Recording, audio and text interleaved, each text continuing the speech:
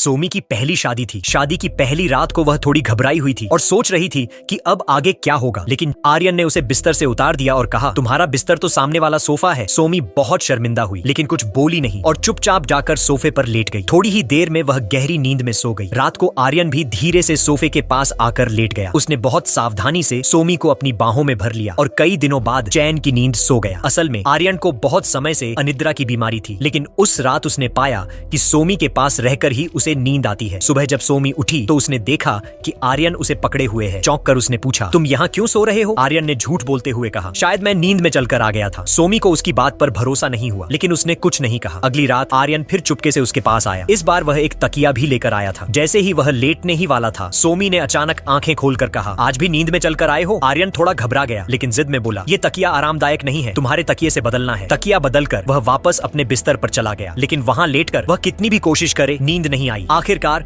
वह फिर से सोमी के पास आ गया, उसे अपनी बाहों में लिया और तुरंत गहरी नींद में चला गया। सोमी ने उसके शांत चेहरे को देखा और समझ गई कि आर्यन को सिर्फ उसी के पास रहकर नींद आती है। उसके दिल में एक मिठास भर गई।